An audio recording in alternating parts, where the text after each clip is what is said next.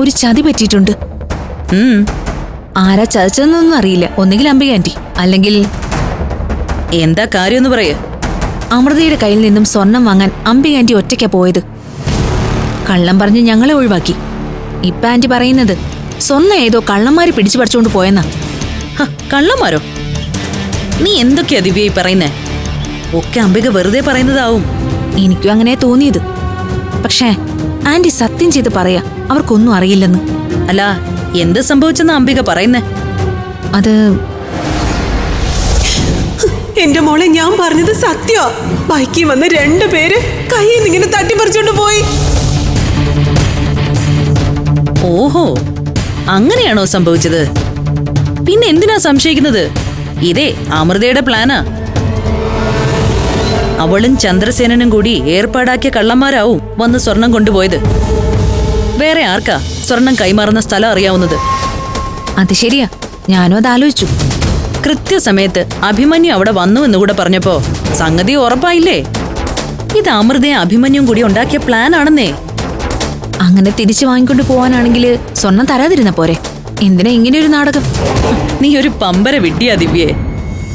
അമൃത സ്വർണം കൊടുക്കാമെന്ന് പറഞ്ഞു, ശരിയല്ലേ? അതെ.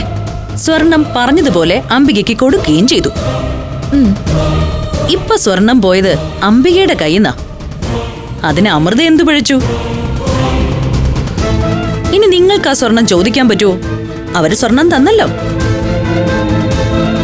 ചുരുക്കി പറഞ്ഞാൽ അമൃതയെ അഭിമന്യുവും ചേർന്ന് നിങ്ങളെ വളരെ മനോഹരമായിട്ട് പറ്റിച്ചു.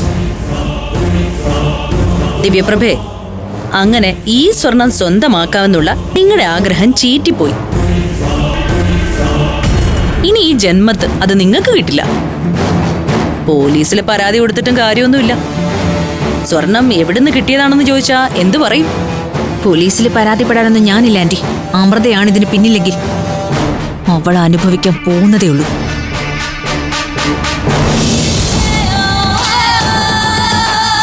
എന്താ ചേച്ചി? ഒരു വെടിക്ക് 2 പക്ഷിന്ന് കേട്ടിട്ടില്ലേ? ഇപ്പൊ ഒരു വെടിക്ക് പലതാ പക്ഷികള്.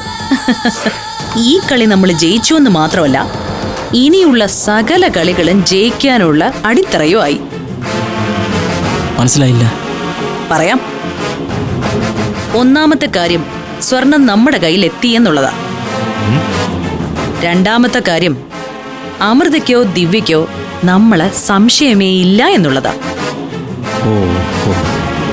സ്വർണം കൈമാറുന്ന സ്ഥലത്തെപ്പറ്റി അമൃതയ്ക്ക് മാത്രമല്ലേ അറിയൂ എന്ന് ഞാൻ ദിവ്യപ്രഭയോട് ചോദിച്ചപ്പോ അവളതങ്ങ് സമ്മതിച്ചു. എന്നോട് അക്കാര്യം പറഞ്ഞതേ അവളങ്ങ് മറന്നുപോയി. ഇനി മൂന്നാമത്തെ കാര്യം, അവൾക്ക് സംശയം അംബികയെയോ അമൃതയെയോ. അതില് അമൃതയാണ് കൂടുതൽ സംശയം. വഴിയെ പോയ അഭിമന്യു ഇതിലും പ്രതിയായി.